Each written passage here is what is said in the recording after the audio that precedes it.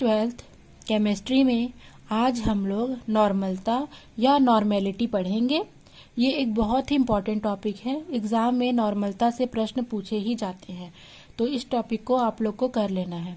ठीक है, सबसे पहले इसकी परिभाषा देखते हैं। 1 लीटर विलयन में घुली हुई विलेय के ग्राम में तुल्यांक की संख्या को हम उस विलयन की नॉर्मलता कहते हैं। अब ये ग्राम तुल्यांक किसे कहते हैं इसके बारे में हम बाद में पढ़ेंगे। सबसे पहले हम नॉर्मलता या उसके परिभाषा और उसके सूत्रों के बारे में थोड़ा सा पढ़ लेते हैं।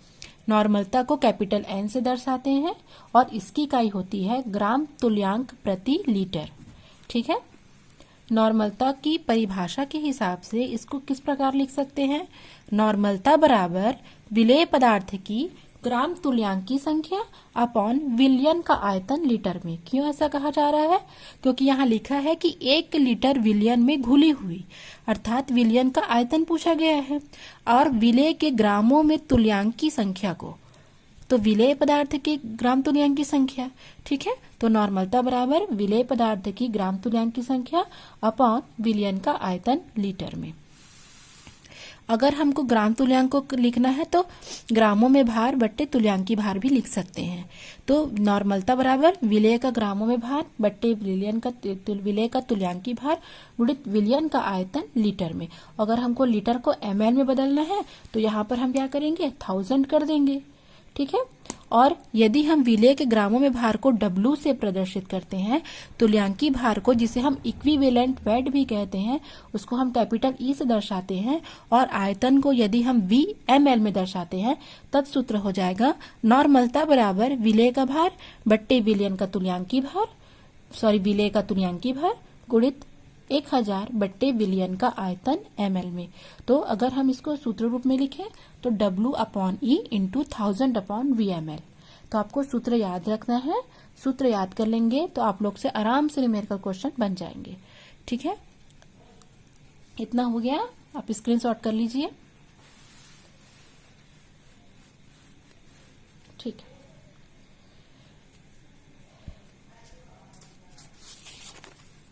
अब हम लोग पढ़ेंगे तुल्यांकी भार क्या है, क्योंकि पूरी परिभाषा में हमको तुल्यांकी भार ही निकालना है। तो तुल्यांकी भार होता क्या है, किसे कहते हैं? Equivalent weight. ठीक है, उसके बारे में पढ़ लेते हैं। तुल्यांकी भार या इक्विवेलेंट वेट रसायन विज्ञान का एक पारिभाषिक शब्द होता है जो भिन्न भिन्न संदर्भों में हमको यूज करना है। ठीक है, तो तुल्यांकी भार की परिभाषा या तुल्यांकी भार का सूत्र क्या हो जाएगा? तुल्यांकी भार बराबर अणु भार या परमाणु भार बट्टे संयोजकता। अगर क्वेश्चन में अणु पूछा गया है तो अणु भार बट्टे संयोजकता, अगर परमाणु पूछा गया किसी तत्व का तो परमाणु भार बट्टे संयोजकता। ये सूत्र आप लोग को याद कर ही लेना है। ठीक है, अब हमको मान के चलिए किसी अम्ल का तुल्यांकी भार याद करना है, तो क्या हो जाएगा? अणु भार बट्टे प्रतिस्थापित H+ आयनों की संख्या, अर्थात जितने हम H+ रिमूव कर रहे हैं, है ना, हटा रहे हैं, उतने की संख्या। और क्षार का तुल्यांकी भार बराबर अणु भार बट्टे प्रतिस्थापित OH- आयनों की संख्या, अर्थात जितने हम हाइड्रोक्सिल आयन रिमूव कर रहे हैं, ठीक है, उसे हम क्या कहेंगे? प्रतिस्थापित OH- आयनों की संख्या।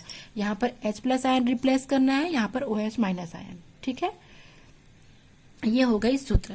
अब हमको यहाँ पर पूछा गया है अणु भार और परमाणु भार, तो आपको आराम से निकालने आ जाएगा, लेकिन बात आती है संयोजकता की। तो संयोजकता कैसे ज्ञात करते हैं? कुछ बच्चों के मन में कंफ्यूजन होगा कि हम संयोजकता कैसे निकालेंगे। तो संयोजकता के लिए मैं आपको मेथड बताती हूँ। ठीक है, संयोजकता 2 तरीके से निकाला जाता है।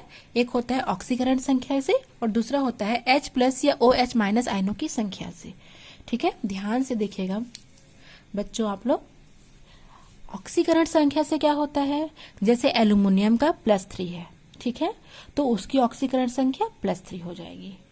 क्योंकि प्लस कहाँ से आया? क्योंकि ऑक्सीजन का परमाणु क्रमांक 13 होता है, तो अगर उसका हम इलेक्ट्रॉनिक विन्यास निकालेंगे तो 2 8 3 आएगा। तो कितना हो गया? ये तो बैलेंस्ड है। ठीक है, 2 8 8 होता है, तो ये क्या है? 3 इलेक्ट्रॉन, उसको अब कितने इलेक्ट्रॉन की चाहिए, उसे भी 5 इलेक्ट्रॉन और चाहिए, तो इस कारण वो 3 इलेक्ट्रॉन का त्याग करेगा, तो उसमें +3 आएगा, तो इसलिए क्या हो जाएगा वहां पर +3 उसकी ऑक्सीकरण संख्या हो जाएगी। मैग्नीशियम का 12 होता है 2 8 2, तो उसको अपने अष्टक पूर्ति के लिए 2 इलेक्ट्रॉन दान करने की आवश्यकता, तो 2 इलेक्ट्रॉन का वो त्याग कर देगा, तो इसलिए वहां पर +2 लग जाएंगे। ठीक है, सोडियम का 1 इलेक्ट्रॉन है तो +1। क्लोराइड क्या करेगा, 1 इलेक्ट्रॉन ग्रहण करेगा, क्योंकि उसको अपने अष्टक पूर्ति के लिए 1 इलेक्ट्रॉन की आवश्यकता है, तो उसमें -1 लग जाएंगे। तो इस प्रकार ऑक्सीकरण संख्या से हम क्या कर सकते हैं, ज्ञात कर सकते हैं हम संयोजकता। एक होता है H+ और OH आयनों की संख्या के आधार पर, जैसे HCl, तो हमको पता है HCl में H में कितने प्लस होते हैं, 1+, तो संयोजकता 1 हो जाएगी। ठीक है, अगर आपको H का पता भी नहीं है, लेकिन अगर आपको ये पता है कि क्लोरीन में 1- होता है, तब भी आप 1 ही लिखेंगे। क्यों, क्योंकि जितने भी धनात्मक आवेश होंगे उतने ही ऋणात्मक आवेश होते हैं। ठीक है, तो H2SO4 में H2 है तो H में तो 1+ लगते हैं, लेकिन यहाँ पर H2 है अर्थात 2+ लगेगा, तो 2 आ जाएगा। H3 है तो H3 आ जाएगा। तो इस प्रकार आप H+ और OH आयनों की संख्या के आधार पर भी संयोजकता ज्ञात कर सकते हैं। ठीक है, तो अब हम संयोजकता ज्ञात करेंगे। सबसे पहले हम तत्व से स्टार्ट करते हैं। ठीक है, तत्व के बाद यौगिक का हम ज्ञात करेंगे। सबसे पहले हम तत्वों का तुल्यांकी भार ज्ञात करना सीखते हैं। तो तुल्यांकी भार बराबर अणु भार या परमाणु भार धनात्मक या ऋणात्मक आवेशों की संयोजकता। ठीक है, तो सबसे पहले हमको तत्व का ज्ञात करना है, हमको Na का ज्ञात करना है, सोडियम का। तो सोडियम का तुल्यांकी भार क्या होगा, परमाणु भार बट्टे संयोजकता। तो हमको पता है परमाणु भार कितना होता है सोडियम का 23, और हमको पता है इसका इलेक्ट्रॉनिक विन्यास होता है 2 8 1, 1 इलेक्ट्रॉन का त्याग करता है ये, तो 1+ लगेगा इसमें, तो इस हिसाब से संयोजकता इसकी 1 हो जाएगी। तो कितना आ जाएगा इसका हम तुल्यांकी भार 23।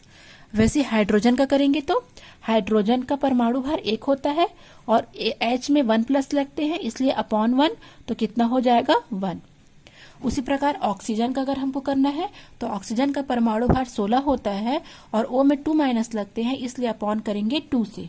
जितने उसमें धनात्मक या ऋणात्मक आवेश लगेंगे उसी से हमको डिवाइड करना है। यहाँ पर S का तुल्यांकी भार सल्फर का 32 होता है और 2- लगने के कारण /2 हो जाएगा, तो 16 आ जाएगा। ठीक है, तो इस प्रकार से हम तत्वों का तुल्यांकी भार ज्ञात करते हैं। अब हमको यौगिक का तुल्यांकी भार ज्ञात करना है। तो किसी भी यौगिक का तुल्यांकी भार हम कैसे ज्ञात करेंगे, तुल्यांकी भार बराबर अणु भार अपॉन धनात्मक या ऋणात्मक आवेशों की संयोजकता। जैसे हमको पहले H2O का तुल्यांकी भार ज्ञात करना है, तो सबसे पहले हमको अणु भार ज्ञात करने आना चाहिए। तो हमको H2O का अणु भार ज्ञात करना है, तो H × 2 + O, तो कितना आया 18, तो अणु भार 18 आ गया। और चूंकि H में 1+ लगते हैं हाइड्रोजन में, तो 1+ लगते हैं अर्थात यहाँ पर 1 आ जाएगा। ठीक है, ऐसे नहीं करना है आपको। ठीक है, उसके बाद हमको Na2CO3 का तुल्यांकी भार ज्ञात करना है। तो इसमें पहले हम इसका अणु भार ज्ञात करेंगे तो 106 आएगा। चूंकि सोडियम में 2+ Na2 है तो 2+ लगेंगे, तो क्या आ जाएगा यहाँ पर 53। उसी प्रकार NaOH का तुल्यांकी भार ज्ञात करना है, तो NaOH का हमको अणु भार ज्ञात करना पड़ेगा और Na में 1+ लगता है, OH में 1- लगता है, इसलिए यहाँ पर 1 आएगा। ठीक है, यहाँ पर कुछ मिस्टेक हुआ है। यहाँ पर ये मिस्टेक हुआ है कि H2O है तो इसमें तो 18 आ गया, लेकिन इसका अपॉन में 1 नहीं आएगा, अपॉन में 2 आएगा। ठीक है, यहीं पर मैं गलती कर रही थी। ठीक है, सॉरी इसके लिए। क्योंकि H में 1+ लगते हैं, लेकिन यहाँ पर 2 है तो 2+ लगेंगे, इसलिए यहाँ पर 18/2 होगा, ना कि 1। यहाँ पर मैं गलत थी। ठीक है, तो अब यहाँ पर आपका आंसर आ जाएगा 9। ठीक है, 9 आंसर आ जाएगा। तो इसी प्रकार से आप लोग को तुल्यांकी भार ज्ञात करना है। अब हम लोग एक न्यूमेरिकल क्वेश्चन सॉल्व करेंगे।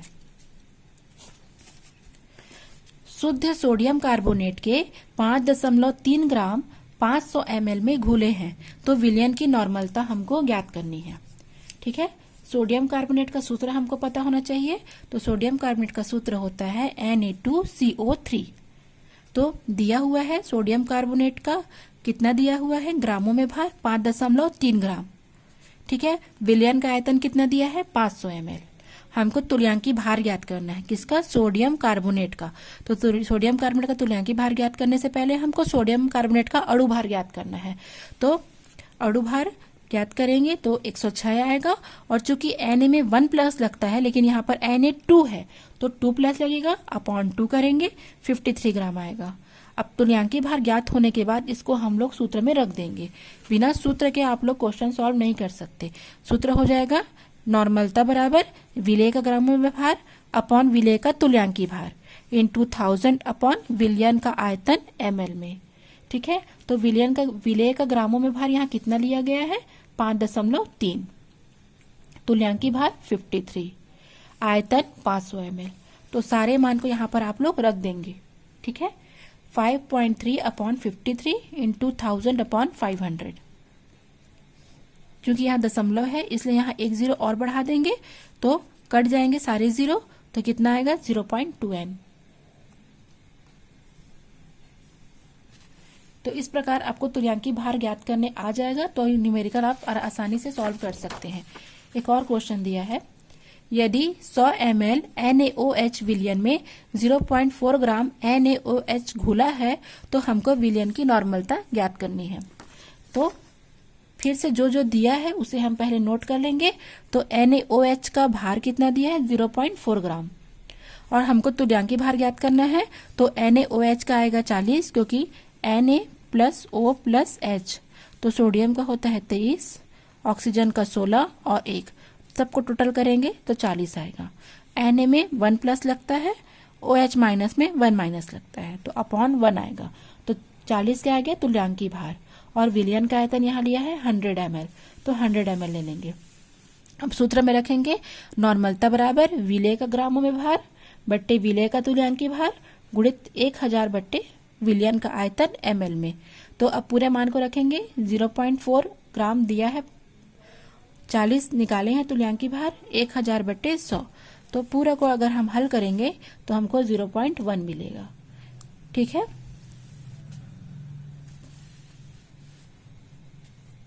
तो आज का टॉपिक यहाँ क्लियर हुआ।